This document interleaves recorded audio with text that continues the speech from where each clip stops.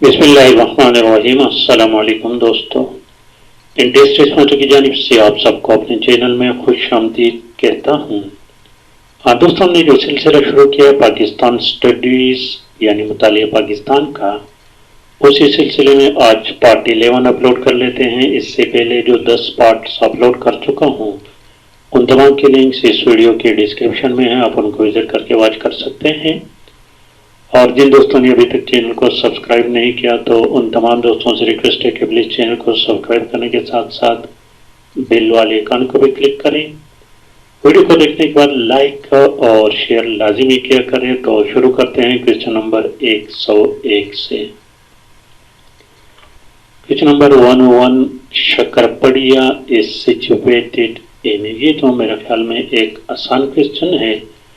شکرپڑیا ایک سیاحتی مقام ہے اسلام آباد میں، آپشن ایک کریکٹ آپشن ہے۔ اور کویسچن نمبر 102 کو دیکھیں۔ 102، identify the largest cantonment of Pakistan.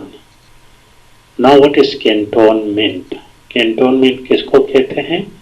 Cantonment are permanent military bases of Pakistan army. Cantonment are permanent military bases of Pakistan army. تو یہاں پر جو سب سے بڑا کینٹونمنٹ پاکستان میں ہے وہ کاریاں کینٹ۔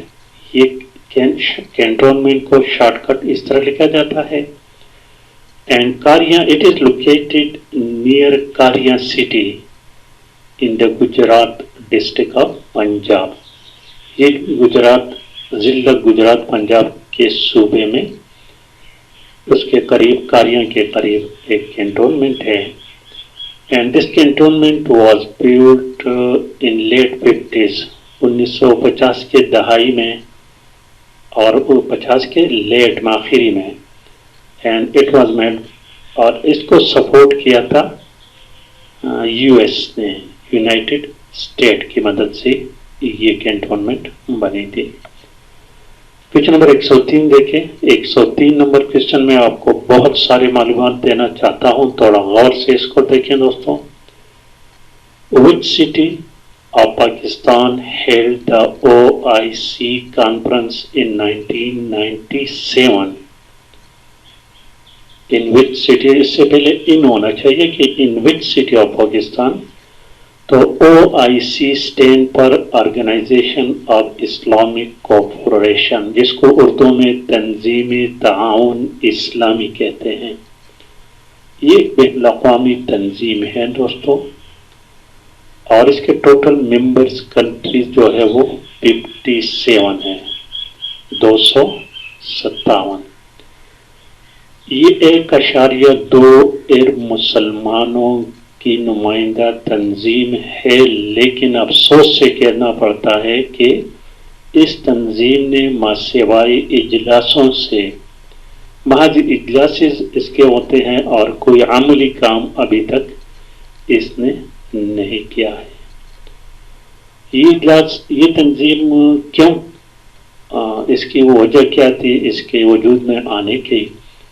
دوستو اگر یاد ہو کہ 21 اگست 1969 69 کو یہودیوں نے مسجد اقصی پر اٹیک کیا تھا۔ 21 اگست 1969 کو یہودیوں نے مسجد اقصی پر اٹیک کیا تھا، اور اس کے رد عمل میں یہ تنظیم مراکش کے شہر رباط میں 1969 میں وجود میں آئی تھی۔ اس کا پرانا نام جو تھا نا، پہلے اس کا یہ نام نہیں تھا، پہلے بھی اسے OIC کہتے تھے، لیکن اس کا ایبریویشن تھا organization of the Islamic conference. یاد رکھیں، یہ بھی کویسچن آ سکتا ہے۔ اس کا old name organization of the Islamic conference تھا، جس کو 28 جون 2011 میں وزیر خارجہ کا اجلاس ہو رہا تھا دوستو، 28 جون 2011 کو قازقستان میں